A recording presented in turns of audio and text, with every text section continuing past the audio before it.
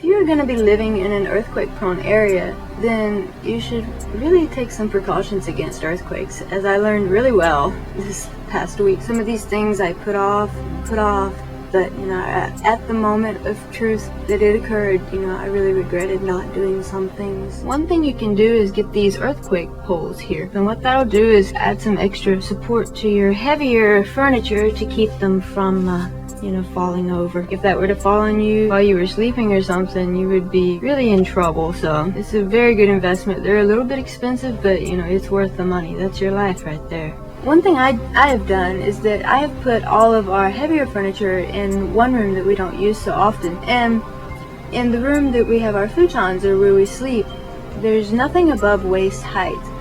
It's all lightweight stuff, and there's nothing up high that could fall. It's pretty much everything on the floor, that kind of situation. Also, you want to make sure that even in the places where you do have higher furniture, make sure there's nothing on top of them that's very heavy that could fall down and knock you in the head. When I went to the park during the earthquake, I had left the house suddenly because, obviously it was a huge quake just then, and I didn't really have time to prepare so much. After the shaking stopped, I wanted to get somewhere safe. So when I got there, I noticed that several other people were there, and they had pre-made backpacks filled with supplies in case this had happened. And I thought to myself, that's so smart. Why didn't I do that? I've thought about it before.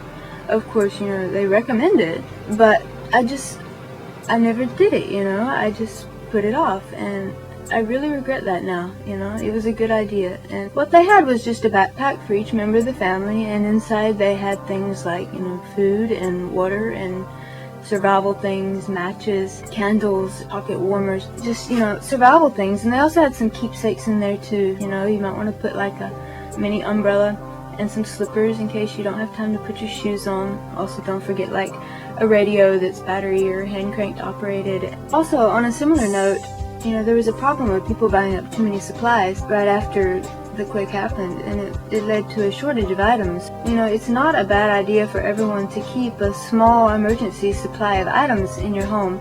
Some of the things that went particularly fast were like toilet paper, ramen, and instant things. And also it would probably be a good idea to keep some flashlights and batteries and candles, because I haven't been able to get those things. Even if I needed them, I wouldn't be able to get those kinds of things. So it would be a good idea to have those kinds of things already saved in your homes. That way, if an emergency happens, you won't be taking that stuff from the store. That would just be better for everyone. So I recommend having those basic things already in storage, some basic food that you could rotate, and some basic bottled water.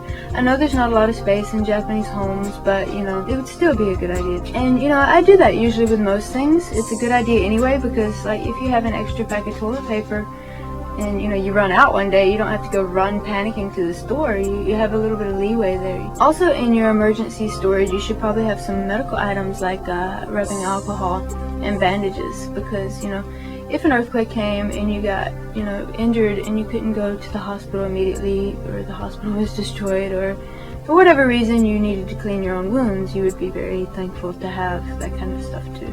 You also want to check, like, in Japan there's designated areas to go during an earthquake where, everyone would meet there, and it's supposed to be safe there, and, supplies and help would come to that area. So you want to, check out when you move to a place, where that area is. And you also want to devise an evacuation plan.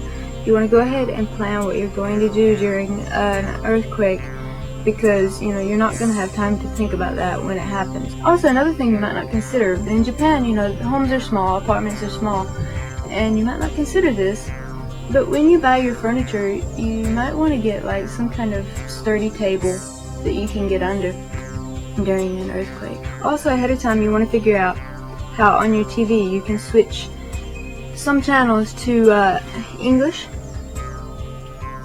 Some channels, if they have English, there's a button on the remote control that you can push to change it over, and you want to go ahead and learn how to do that.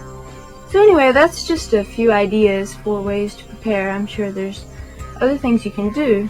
As I've learned this past week, it is a good idea to prepare. Don't put it off, just do it now.